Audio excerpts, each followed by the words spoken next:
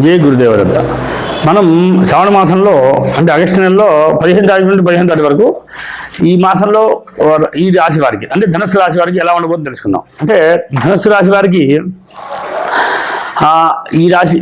ఈ మాసంలో ధనుసు రాశి వారికి సోదరులు వాళ్ళ ద్వారా వచ్చే ఆదాయం వాళ్ళ వచ్చే అనుకూలత బాగుంటుంది. వాళ్ళు మంచి స్థితిలో ఉండడానికి అవకాశాలు ఉంటాయి.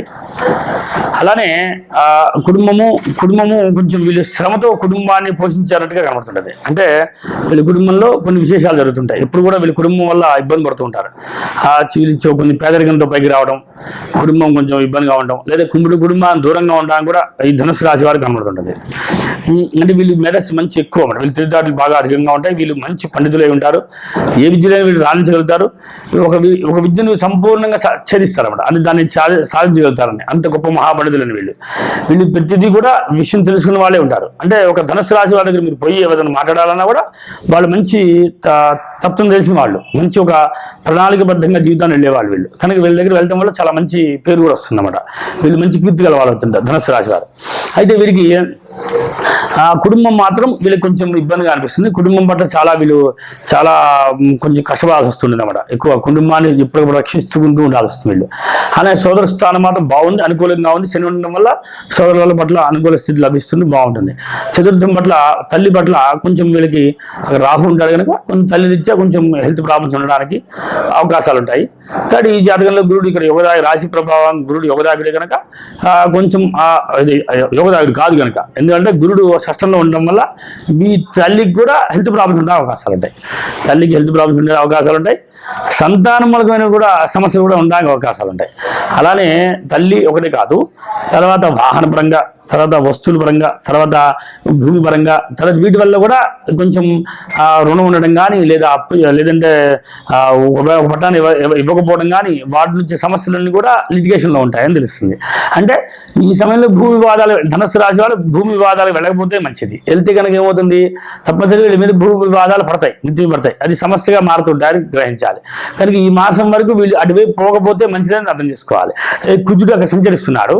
సంచారం చేసేటప్పుడు సంతానకారకుడు, సహజం భూమికారకుడు అటువంటి కుజుడు గురుడితో సంచరిస్తూ షష్టంలో సంచరిస్తున్నాడు కనుక వాటి వల్ల చేటువంటి ఇబ్బందులన్నీ కూడా మీరు ఫేస్ చేయాల్సి వస్తుంది.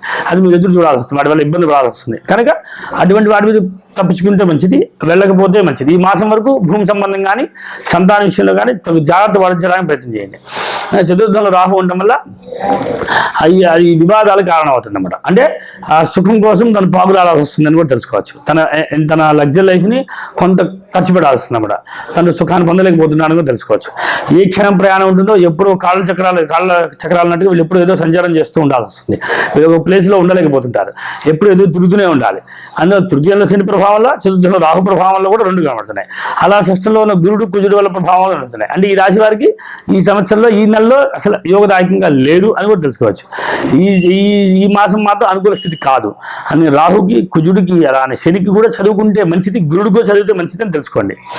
తర్వాత సప్తమంలో ఎవరు లేరు కనుక భర్త కానీ భార్య కానీ సంబంధంగా ఇబ్బంది లేదు, అంటే ఎవరితోనూ ఇబ్బంది లేదు. తర్వాత అష్టమ ప్రభావం అది నెలప్రాయంగా వస్తుంది, పోతున్న సమస్యలు సహజం. అది తర్వాత భాగ్యంలో శుభగ్రహాలు ఉండడం వల్ల ధనం అనేది సమృద్ధిగా ఉంటుంది. ఎదురుపైన ధనం అనేది ఆకుండా వస్తూ ఉంటుంది, ఒక అవకాశం ఉంటుంది. అంటే భార్య పట్ల వచ్చే ధనాన్ని కూడా వీళ్ళు పొందగలుగుతుంటారు. అంటే అత్తగారి తరపున ఉంటుంది రావాల్సిన ధనం కూడా రావడానికి అవకాశాలు ఉంటాయని తెలుసుకోవచ్చు. తర్వాత వృత్తిలో వీళ్ళు ధనపరంగా వృత్తిపరంగా చూస్తే వీళ్ళు చాలా సిస్టమేటిక్గా చేస్తారు. వీళ్ళు చేసే వృత్తి చాలా కరెక్ట్గా ఉంటుంది.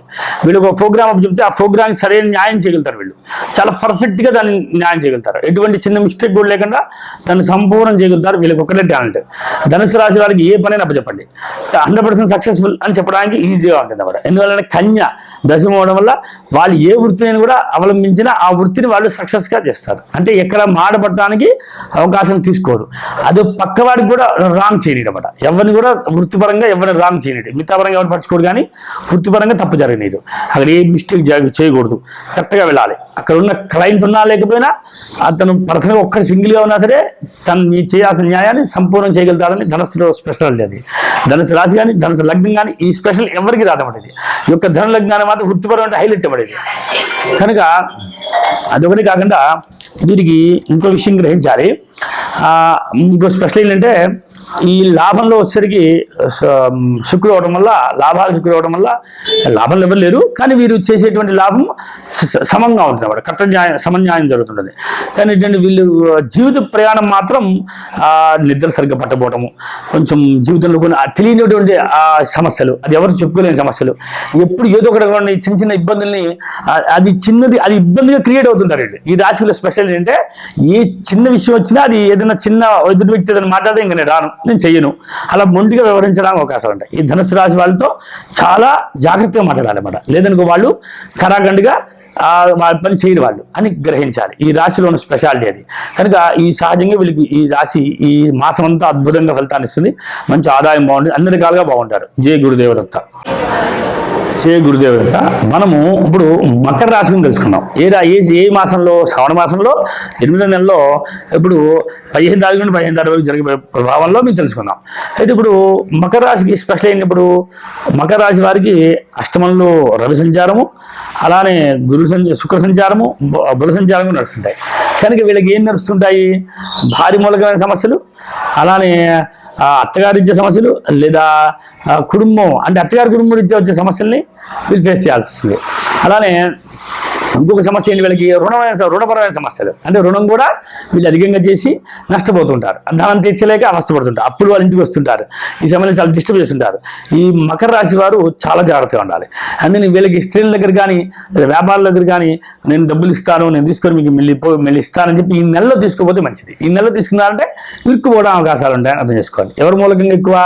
వ్యాపారరీత్యా లావాదేవీల విషయంలో, అలా స్త్రీల మూలకంగా వచ్చే విషయాల్లో చాలా జాగ్రత్తగా ఉండడం మంచిది. సరే, వీళ్ళ యొక్క కుటుంబం మాత్రం చాలా అభివృద్ధి బాగుంటుంది. కుటుంబంలో మంచి విశేషమైన ఆలోచనలు ఉంటాయి, సోదరులు కూడా మంచి ప్రజ్ఞావంతులు అవుతుంటారు, అలా తల్లి స్థానం కూడా మంచి బాగుంటుంది, అలానే సంతాన అభివృద్ధి కూడా బాగుంటుంది. సంతానం ద్వారా వీళ్ళకి మంచి లాభాలు పొందుతుంటారు, సపోర్ట్ చేస్తుంది. కానీ షష్ఠ స్థితి కూడా బాగానే ఉంది, శత్రువులు వచ్చే నష్టం మాత్రం ప్రభావితం అవుతుంది. నేను చెప్పబోతున్న విషయాన్ని మీరు గ్రహించాలి. మకర రాశి వారు శత్రువులు రీత్యా వచ్చేటువంటి నష్టాన్ని జాగ్రత్త చూసుకోండి. ఎక్కువ రుణాలు చేయకుండా ఉండడానికి ప్రయత్నం చేయండి. ఆదాయం ధనం ఉన్న రూపాయలు 6 నెలలో 800 అడ్జస్ట్మెంట్ చేసుకుంటూ పోండి. ఎవరి దగ్గర అప్పులు తీసుకోవడానికి ట్రై చేయకండి. ఈ నెలలో తీసుకున్నారంటే అవి తీరేవి కాదు, అవి ప్రభుత్వ సంబంధంగా కనెక్షన్ అయి ఉంటాయి. రాజకీయ పరంగా ఇబ్బంది పడాల్సి వస్తుంది, తర్వాత శ్రీమూలంగా ఇబ్బంది పడాల్సి వస్తుంది, తర్వాత వ్యాపారీత్యా నష్టపోవాల్సి వస్తుంది. ఇన్నింటిని పరిగణన తీసుకొని బుధుడు, రవి, శుక్రుడు 3 గ్రహాలు నష్టంలో చూపించడానికి అవకాశాలు ఉంటాయి. కనుక ఈ ఎల్నాశనం నడుస్తుంది. ఆల్రెడీ శని ఆదాయాన్ని ఇవ్వడానికి ప్రయత్నం చేస్తున్నాడు, కాబట్టి ఒక నెల మాత్రం సపోర్ట్ లేదు. కనుక వచ్చే నెల ప్రయత్నం చేసుకుంటే మంచిది. శ్రావణ మాసంలో 8వ నెల మాత్రం ఎటువంటి ప్రయోగాలు చేయకపోతే మంచిది. అయితే దశమంలో వచ్చేసరికి వృత్తిపరంగా చాలా వృత్తిని కూడా చాలా సిస్టమేటిక్గా వృత్తి ఎత్తుకుంటూ ఉంటారు. కనుక వృత్తిలో కూడా పెద్దగా ఇబ్బంది ఎక్కువగా కనబడిపోయినా కొంత తక్కువ కనబడుతుంటుంది.